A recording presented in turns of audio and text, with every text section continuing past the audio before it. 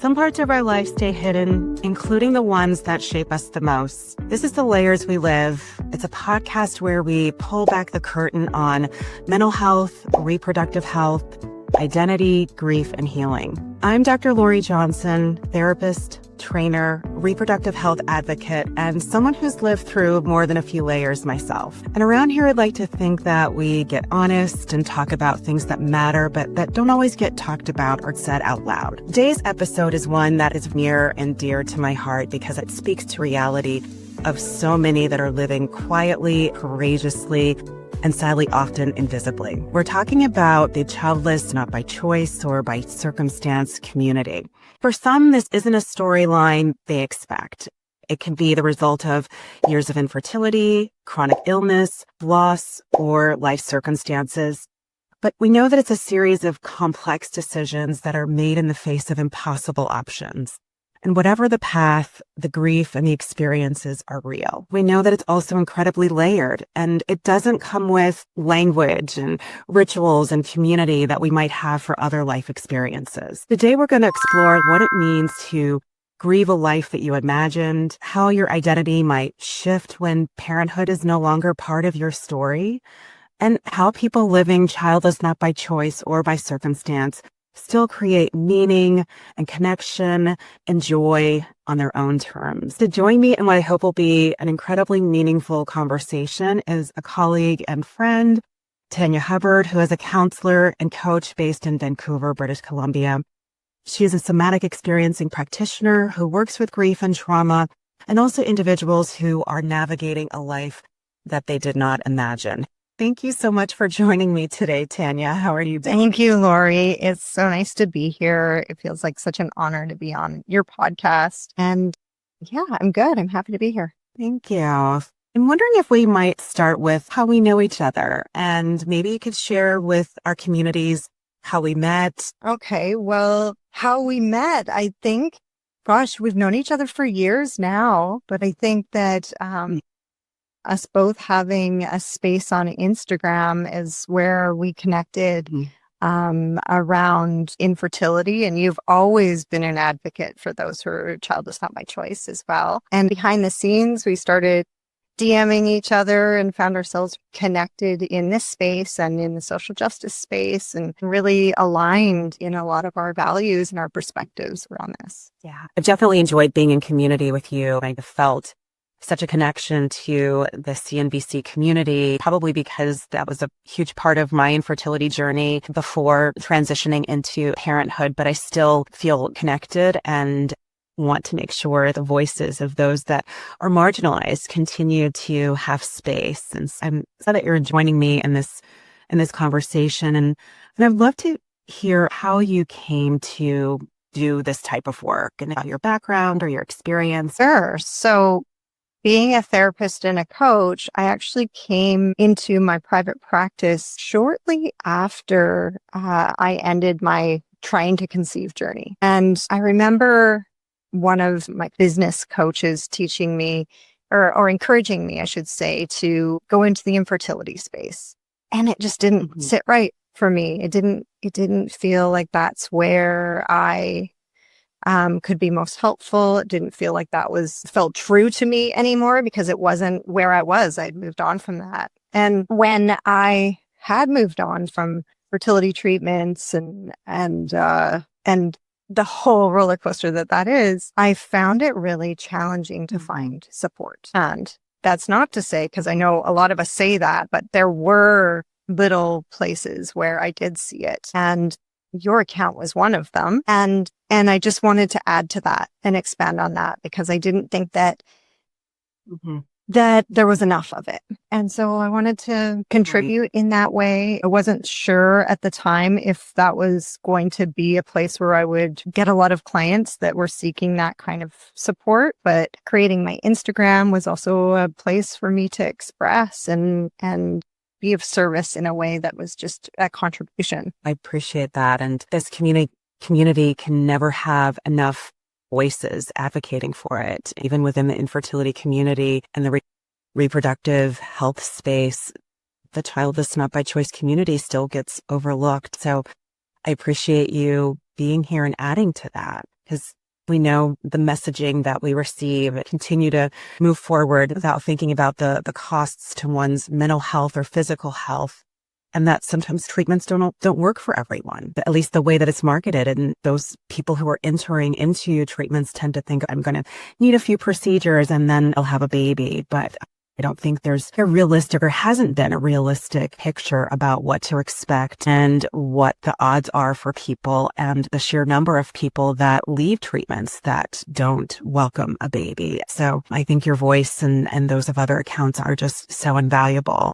What do you think is when people start to realize that parenthood might not happen for them? That happens in so many different ways and at different points but what are some emotions that come up that you start to see? Grief, number one, is one of the biggest emotions that shows up, and people don't really identify it as grief. Then they are questioning themselves of why they're struggling so much. There's a great deal of shame, so much shame, and loneliness, anger, a sense of injustice, like life just isn't fair. So peace around questioning their entire belief system. Mm-hmm. I'm a good person. What happened? What did I do to deserve this? I'm hearing a lot of grief and shame, emotions to navigate that make it challenging for people. And I'm curious, do you have a sense of what the timeline looks like for people? When do you think people get to a point in deciding that I'm done, or this is the reality? Because I understand the feelings that go along with that, but I'm just also curious about the decision-making process, or just what that might start to look like. That's such a great question, and that it is so different across the board. In my anecdotally, what I see with clients, it is completely different for everyone. If we're talking about people who come to the being childless after infertility, that's even different, because some people don't pursue any treatment whatsoever. Some people, exhaust their resources and do a number of treatments. Some have experienced loss, some have not. It's so different for everybody. If I were to think of some of the similarities, it would be people wanting their life back, exhaustion of it taking over their life, and to no avail, and reaching a point, whether it be because their mental health is at risk, or their finances are depleted, or their relationship is suffering, or they just can't focus on it anymore, or facing the reality that it is perhaps futile. Yeah, those themes, exhaustion on multiple levels, emotionally, physically, financially, and wanting their lives back, because people enter into treatments rather naively and thinking that it's some medical procedures. It might be a little taxing to a degree, but once you're in it, it becomes all encompassing. So that theme around really wanting your life back resonates. Knowing that those are some of the general themes that people experience, like wanting their life back, feeling exhausted on multiple levels, how do you support others navigating the grief, the invisible loss, the layers of exhaustion that you mentioned, one that's not necessarily marked by a single event, obviously, but that unfolds over time? Some of it is psychoeducation that I find validates their experience, because often it is a disenfranchised grief. People think there's just something wrong with them. Like, why am I not okay? So the fact that there is some language that conveys what they are going through can be supportive and validating. As we unpack their individual experience, because everyone's path is so different, it gives them the opportunity to feel into what they've been through, because it's been such a solitary experience where often the people around them aren't recognizing it or don't see it for the gravity that it has. In session, it gives them the opportunity to truly be validated, but also to process what they've been through and what they're going through. Yeah, it speaks to how important your role or our role is at holding space for people and providing language that isn't there, because we know that language helps people process and understand or anchor their experience. I'm hearing that's what you do, making sure that people feel held in that process. Yes, absolutely. This isn't really technical, but the fact that I've sat with so many people who've gone through this now, I have reference points of how normal people's reactions are. So when I can normalize what somebody is going through and they learn, oh, this isn't just me, it seems to be helpful, because although there's a large population that does go through this, people in their circles often are the only one. Right. It makes sense that what you do is providing that sense of community for that experience. That also speaks to the disenfranchisement around not being honored or recognized as a valid, sense of grieving, because, larger communities and families don't have a language for it, especially when we live in pronatalist societies where there's this expectation that everybody wants to couple, and that people who, also want to have children or should have children, that expectation. Yeah. So I appreciate what you shared. From your perspective and, having sat with many people going through this shift, can you talk about the identity shift that people go through? One of the thoughts that's coming to my mind is when somebody decides they want to have kids. And first, I want to preface it that the majority of the people in the childless not by choice community are childless by circumstance and not due to infertility. So I just want to recognize that demographic. But in terms of after infertility, people who have decided to try to conceive have and gone through the motions, however small or large that looks, have entered that with the assumption that at any point they could have a child in a few months. So as you know, you then have begun to change your identity in that moment. And you are changing what your life will look like in your mind's eye and maybe even logistically in your actual life. So when we then reach a point where we're walking away from that, that has to be addressed, because there's this assumption that from the outside world that people who are childless or child-free after infertility, whatever semantics you want to use, that they're just going along with the same life. They didn't have kids and they still don't have kids, and it's the same. But I often use the language of becoming permanently childless, because there's a dramatic shift between wanting kids and taking that off the table versus just never having kids. Words are powerful. And we talk about language, and I'm still learning the nuances of language, and appreciate you pointing that out, because it does sit differently when you think about remaining permanently childless versus not. Can you share a little bit more about that? Yeah, it's just language that I use to try and make that distinction so that people understand that this is a significant life event, that just as becoming a parent is a life event, becoming permanently childless is a life event. Because now means that you are going to occupy a different social location than you imagined. Occupying a different social location. And in some ways, there's a power in that, naming that and potentially getting to define it. When we've moved through the grief, it can be empowering. It can be like, oh, this is what I am becoming. Yeah. It is, yes, it's maybe different than what I imagined, but I am still going through a life transition. We talk about these transitional phases that happen in life that are part of human development. And this can be one of them. Yes, for sure. It can be a very powerful and empowering one too, even if it is born out of grief and loss in some respects. Yeah, I wanted to actually go back to something that you shared about the larger demographic of those in the childless not by choice or childless by circumstance community, because you mentioned that the majority aren't childless by choice infertility. And so I was wondering if you might know what the demographic is. Well, I can't share any statistics because I'm terrible with statistics. I just do not retain that information. But, there's Jody Day, who you're probably familiar with, who, wrote a book on this, talks about the 100 ways that people come to being childless not by choice. There's a lot of reasons that people wanted kids but don't get to have kids. And one of them is infertility. But there's reasons like not finding a partner, not wanting to perpetuate intergenerational trauma, not feeling like you have the resources to be able to raise a child. So there's a multitude of reasons that people never actually pursue trying to conceive, and they still longed to have children. Right. Yeah.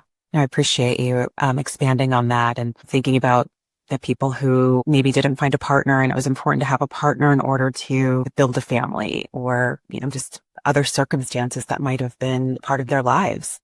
Oh. Yeah. Or the queer community that would require treatments and maybe doesn't have access to that. Definitely. We don't talk a lot about access to care and how that impacts family building, but I feel like we could talk about that in a entirely different episode, but wanting to name that, I appreciate you bringing that up. I want to transition into thinking of how this life transition into childless, not by choice or by circumstance, impacts relationships, and particularly relationships where you might have had connections with people who have been on similar family building journeys, but have transitioned into parenthood. And now there is this potential, I don't want to say conflict, but sometimes these moments can create rifts in relationships where people have to negotiate. What does it look like when one person moves in one direction and someone moves in a very different direction when they no longer have that connector? Yeah, this is such a big topic, and a sore spot for so many people who are going through this. Whether it be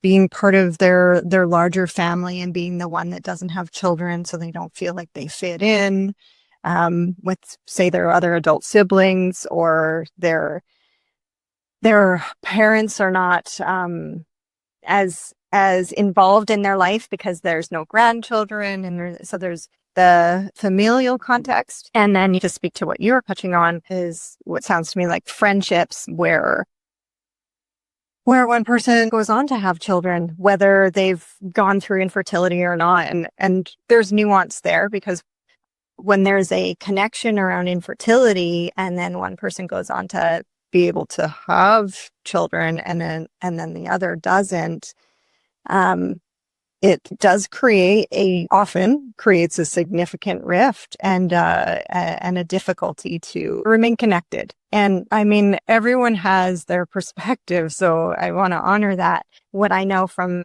those who are childless is it can often feel like they are blamed for the rift, as if they can't handle being around kids, or as if they are jealous. And like, all those things are true, and they're going through something and need their friends.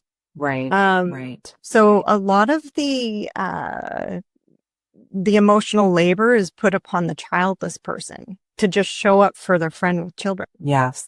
It's like that the burden shifts, and there is this unfair burden placed on the individuals, that are remaining childless, to hold that space for others and to take on that initiative to keep the relationship moving forward. And that's not fair and potentially invalidating and isolating.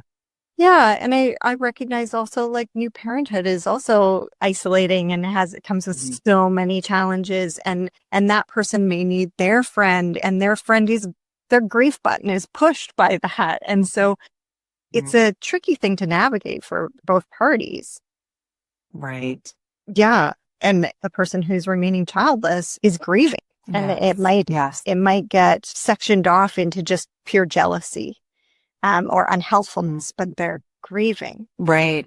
It's so much more complex or layered, for sure. And I appreciate you mentioning not just the friendships, but also how that potentially changes family relationships too. I think about a sorority sister of mine whose daughter got married a few years ago, and she and her husband decided not to have children. And that was a huge loss for her. I realized that there's a difference in terms of choosing to be childless versus, becoming childless or permanently childless. But still, I could appreciate that sense of grief that her mom has and how that potentially changes some elements in their relationship. And so I can only imagine what that's like for someone who is moving into being permanently childless and having to navigate what that might mean within their families too. Yeah, there's so much complexity to it.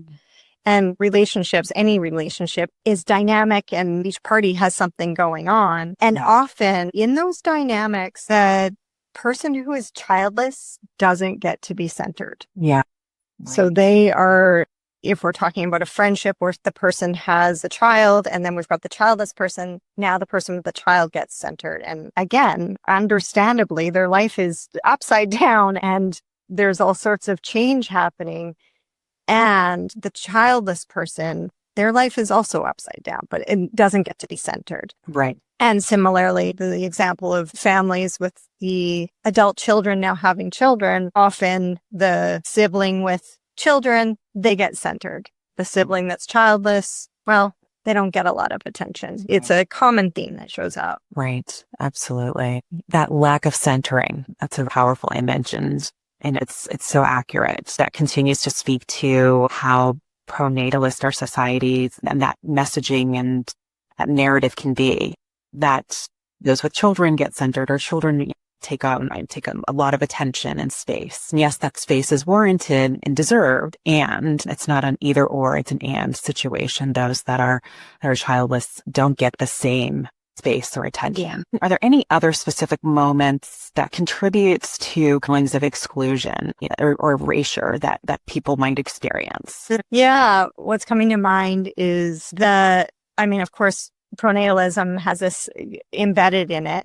But one of the things that I'm thinking of is often a sore spot in the childless community is the language of as a mother that often frames that parenthood as having the monopoly on things like empathy or true love. And that's incredibly isolating and, I don't know, like demeaning to suggest that a person who becomes a parent knows empathy or love more. Right. It's always been incredibly mind-boggling to me to hear that, like, as a mother, like somehow other people don't know or can't express empathy or know the depths of love and empathy if they don't become a parent. And that's always been wild to me. And that makes sense. That would be another point of exclusion or erasure of the experience for those who are in the community. Yeah. There's some spaces that are opening up to it, but even in the infertility community, when somebody walks away, we hear this all the time, whether it's a fertility clinic or a fertility space that's meant to be supportive, when somebody walks away without a child, they feel like they have been tossed to the side and that they don't matter because you no longer belong. You don't even belong in the infertility space. Yes. I know. I've definitely seen that. And because in the infertility space, it's very clear that it's about supporting people through treatments, and it's not necessarily about supporting people who end treatments and move into a different phase of life. So how do you support others in responding to those assumptions or comments or that sense of erasure and that we were discussing earlier when we think about one's family status? Again, depending on the circumstance, but from a generalized viewpoint, validating their experience because they're not getting it validated within that system and encouraging them to find even just one place where they do feel seen and heard. It's such a disenfranchised place. It is overlooked. And if the power of even one friend or one person in your life acknowledging your reality as reality is really fundamentally important. Absolutely. Yeah. And I'm just thinking like some of it is supporting them in working towards finding a place where they can begin to communicate their experience to those people in their life that maybe haven't been fully supportive. Some people, it's kind of a write-off. Like they're just not going to be willing or open to understand. But if you can find an entryway to begin to explain to people that this is a life-changing experience, that it is full of grief, having boundaries around how somebody talks about children, for example, is often one that needs to come up because the adult who doesn't have children, so the childless person can often find their own parent speaks about children all the time. And that comes up often in sessions, without any idea of the impact that that's having on the childless person. And it can be really confounding for the childless person. Like, why are they being so cruel? Why are they so oblivious to my experience? So we work on reaching a point where maybe they're not going to truly have the understanding you need. So then maybe you need to begin to put in some boundaries. That's really helpful. And in some ways, what I see you doing is helping them create meaning in a different way. And there can be a lot of healing in that process as we think about healing and thriving on the other side. And I mean living an embodied life as, someone who has gone through challenges and complexities, but slowly learning to live again and live differently. How do you continue to help the childless community make meaning and heal? Depending on an individual's perspective of life, sometimes in terms of working one-on-one with people, I will work with what they're bringing to the table. If they have a spiritual belief, we'll examine how that can fit into this new version of their life. And maybe it shifts, which is often a piece that people are having to contend with because they had one belief and it, seemed to have crumbled. So they need to build that back up. And so working on that slowly, self-exploration, gaining insight into what's important to them outside of that. I think that when we're trying to conceive, for a lot of people who go through infertility, it becomes all consuming. And we forget the other parts of ourselves. We forget that before we started to try to conceive, there was something else to us. And so maybe reclaiming those parts, but also, okay, how has that shifted? Maybe that's gone away, but what are the new parts? So it's just a lot of exploration to try and identify who am I going to be? What do I want to be? How might I begin to implement some little titration of change? I love that. And reminding people that there was more to them before infertility or this reproductive journey started, and to reconnect to that part of themselves and hold that space for self-exploration to figure out what else is there and what are their joy or purpose or other parts of themselves that might have gotten convenient. Often I'm a huge fan of metaphors and analogies because it helps people shift their perspective and step outside of the turmoil they're in and see things a little differently and then apply it to their own experience.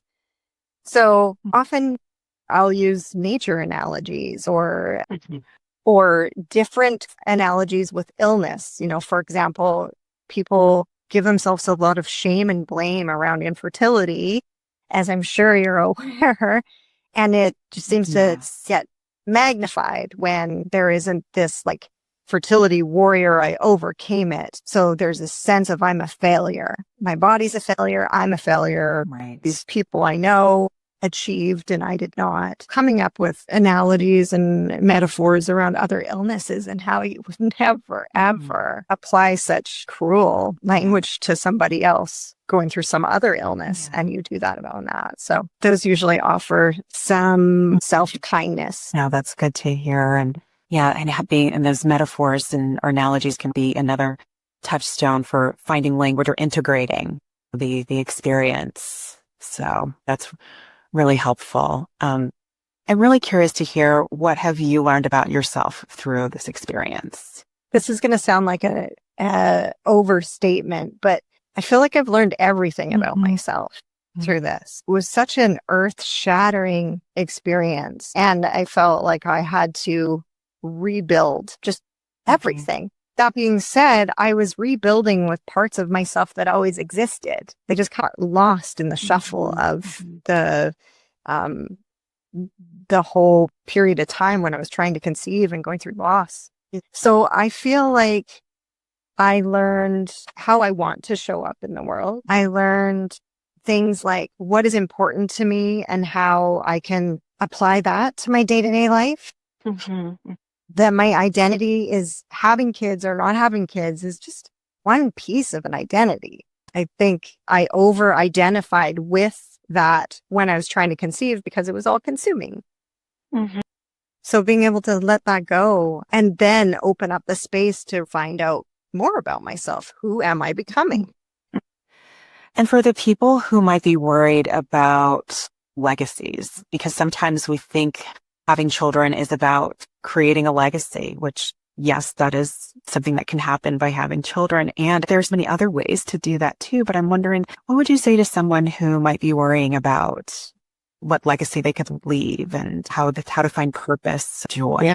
It's a common concern. I would explore with them, okay, what about legacy is important to you? Why is it important? Because having a child, if that's available to someone, well, I guess that's a pretty simple way to tackle legacy. Just like it could be a simple way to find meaning. So when you're childless, not by choice, or child-free by choice, for that matter, you're forced to seek these things out in a different way that aren't maybe the path that's just laid out for people. It's not as obvious. So you have to do some work to discover what that means for you. I have to say that I am sometimes surprised by how important this seems to be to people, because I don't know where that messaging came from, that like legacy is such an important thing that we need to focus on. And I wonder if people who have kids think about it that much. And interesting. There's also the flip side to it. And I don't mean this from a derogatory way in any way, but there's lots of people who have children who don't show up well for their children. And so, right. I guess that's their legacy, but is it actually meaningful? Is there any effort put in? Is there any claim to fame? I don't think so for some people. So yes, it's a simpler path or a more obvious path, but it's definitely not the only one. Right. So yeah, exploring what is legacy is important to somebody and unpacking even the concept of it. And then what do you want to be known for? What impact do you want to have in the world? And does it have to be personally, like I look at legacy, that it may not have some known impact after I'm gone, but I strive to be impactful in a way that is in alignment with my values day to day. And that's how I see my legacy. I really love that. And so many people need to hear that, because I think about that question, how did legacy become so important to people? And it just depends on people's stories, their histories, that reproductive story we all have, but that becomes a very subtle part of that process of, family building. I hear people talk about, my legacy is going to be my children and passing these traditions and cultural meanings on to them. And I can appreciate that to a degree, but it's not everything, and it doesn't have to be everything. And that's what I'm hearing. And there are many ways to have an impact, because that's really what a legacy is in some ways. It's having impact and supporting community and in contributing to society.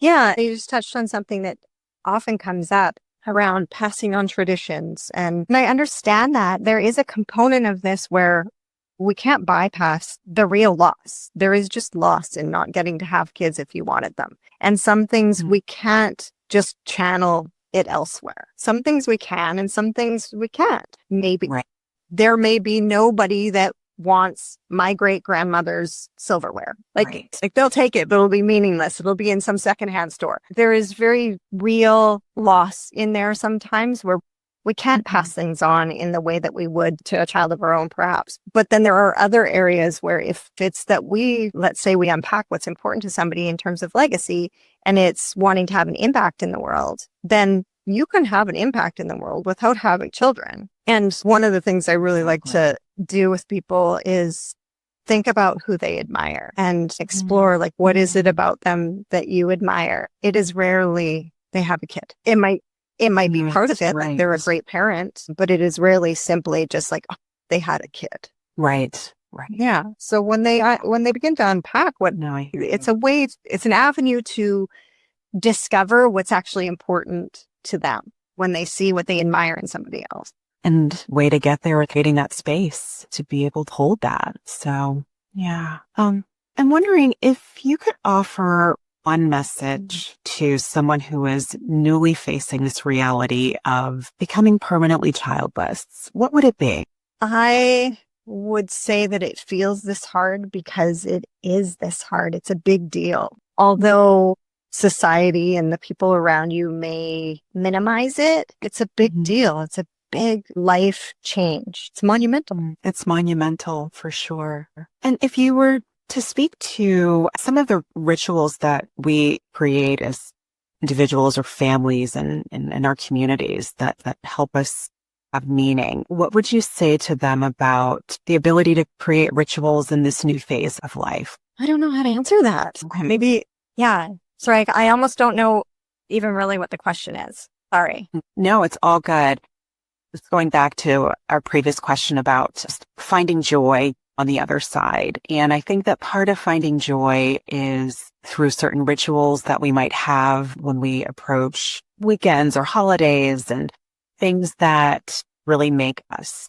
And so that can be part of the loss or the grief that people experience too, is that some of these rituals of life might change. And so I was wondering if there might something meaningful that you would want to share. Yeah, I think that there is the other side. I love that language because while grief never fully goes away, there is the immediate grief, the new grief. And when we move through it, its intensity subsides. And then when our whole system isn't focused on managing that grief, the doors open up for other possibilities. That's going to be different for everyone. One person might choose travel as something that's an outlet for how they want to find joy. And another might choose like making the homiest home of all homes and never leave it. So it's different for everyone, but exploring what it is that is meaningful to the individual. And that might even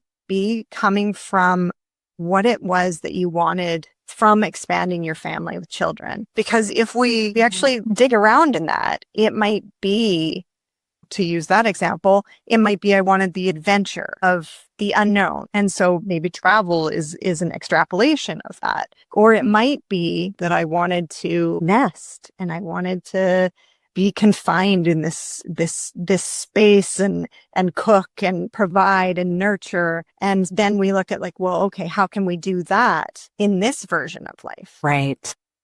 Like, how can we do that in this version? What can it look like instead of, oh, I don't get to do this? But I think just even posing that question differently, it, like you said, opens up possibilities. So it could be travel or cooking or nesting in a different way. There are different ways to create connection and community and meaning. Exactly. Yeah. Yeah. And community and meaning, like all those two things, connection, community, meaning. I think you nailed it. Finding ways to adapt your life and gather those things in a way that maybe, although it comes with lots of complications with children, it's this obvious place where you might be able to get that. And when you can't have children, you have to do a little bit more work to try and find it in the less obvious ways. Yeah. And that's partly attributed to pronatalism because it shows us the path of what that looks like. It doesn't show us what it looks like to do this without children. Absolutely. There's so many touchstones in this community, like you, and I think of Katie Seppi at the Childless Collective, Jody Day, and being these kind of pioneers in the community, and expanding that and helping people create a different framework. And so that's what this seems like it is in a way. It's a different framework and learning how to not just survive, but to thrive on the other side and knowing that's possible. There are possibilities, even in the space of grief and disappointment. There's still joy and purpose that's there as well. I want to leave you with any final thoughts that you want to share with the community, what you might be working on or projects that might be near and dear to you right now. Well, final thoughts are that grief is rare these days for me. It's sure, like it shows up, but there are so few triggers now. And then that being said, last week I had a very griefy day and I was kind of blindsided by something that didn't even seem to have anything to do with being childless, but everything's connected sometimes. And so then it poked my childless grief button and I was totally caught off guard, but I was also so sturdy in knowing I would be okay and that this wasn't going to derail me, and to give myself permission to just go, okay, this is a rough day and here's another piece of my grief I've got to work through. But yeah, I just really want to convey that intensity and that frequency is so different than it was in the beginning. Yeah. And thank you for asking about what I've got going on.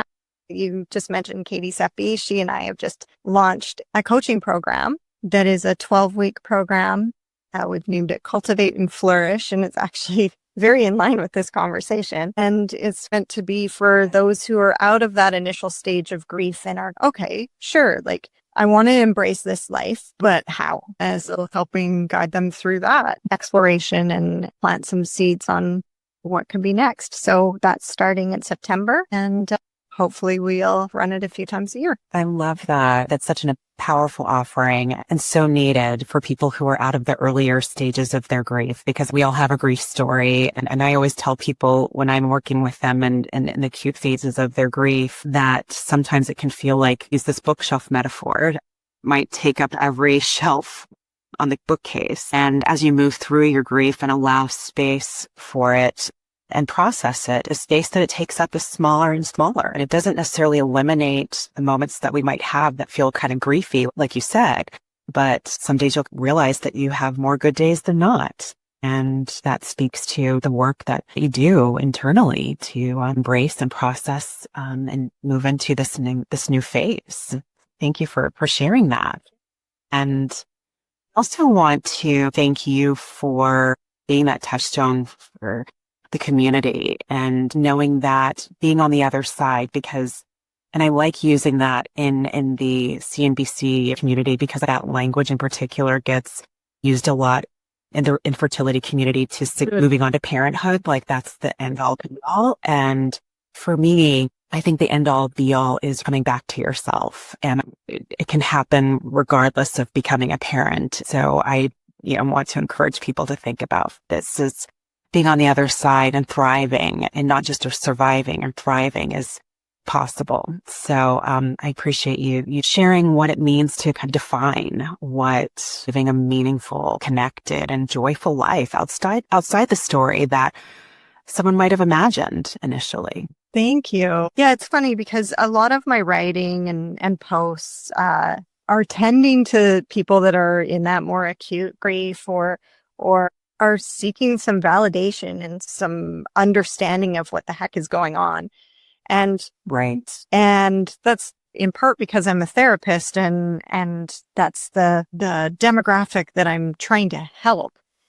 And sometimes I wonder, oh geez, it may convey that this is the permanence, and it's not. The intent there is to tend to those people that need it. But there are, and similarly with Katie, for example, it's a resource for people that are seeking a resource. But I remember long ago reading a lot of comments of like, where are all the people? Why are there so few? It really emphasizes that we don't matter and things like that. And the reality is that the majority of people overcome this and do wind up on the other side. And so they just disappear and go live their life. Exactly. They go live their lives. They go live their meaningful, beautiful, empowered lives. And that's such an important message to hear, especially for people who are at, any phase of this journey. But I appreciate that. Thank you so much for joining me today.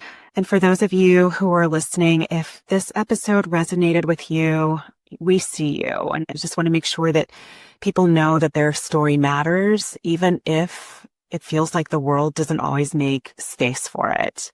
Thank you for listening. And if this episode brought up any tender feelings or reflections, I'd want to invite you to take gentle care of yourself. And if you also think that someone might need to hear this conversation, please feel free to pass it along. Before I forget, Tanya, would you mind letting people know where they can find you? Yes. Well, thank you so much for having me, Loree. It's been such a great conversation. And thank you so much for always uplifting the childless community and including us in your platform. I can be found on Instagram at Rest Your Heart Here, period between each word. And my website is tanyahubbard.com. Perfect.